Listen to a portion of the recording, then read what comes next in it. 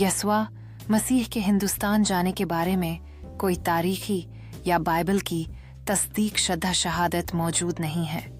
ताहिम कुछ नज़रियात और रिवायात मौजूद हैं जो दावी करती हैं कि यसुआ मसीह ने अपनी जवानी में हिंदुस्तान का सफ़र किया था ताकि रूहानी तालीम हासिल करें और सच्चाई की तलाश करें। कुछ मशहूर नज़रियात 1 लॉस्ट एयर्स थ्योरी। कुछ स्कॉलर्स का मानना है कि यसुआ मसीह की ज़िंदगी के 12 से 30 साल के दरमियान का दौर बाइबल में दर्ज नहीं है और इस दौरान वो हिंदुस्तान, नेपाल और तिब्बत गए ताकि रूहानी तालीम हासिल करें।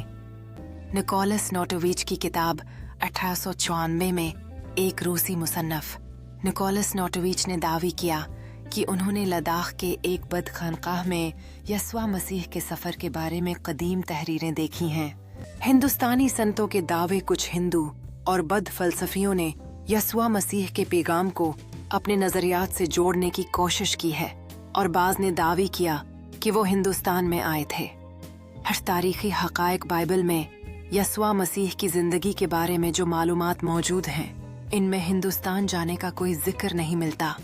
ज़्यादातर स्कॉलर्स इन नज़रियात को अफसानवी या गैर मुसद्दक़ा मानते हैं।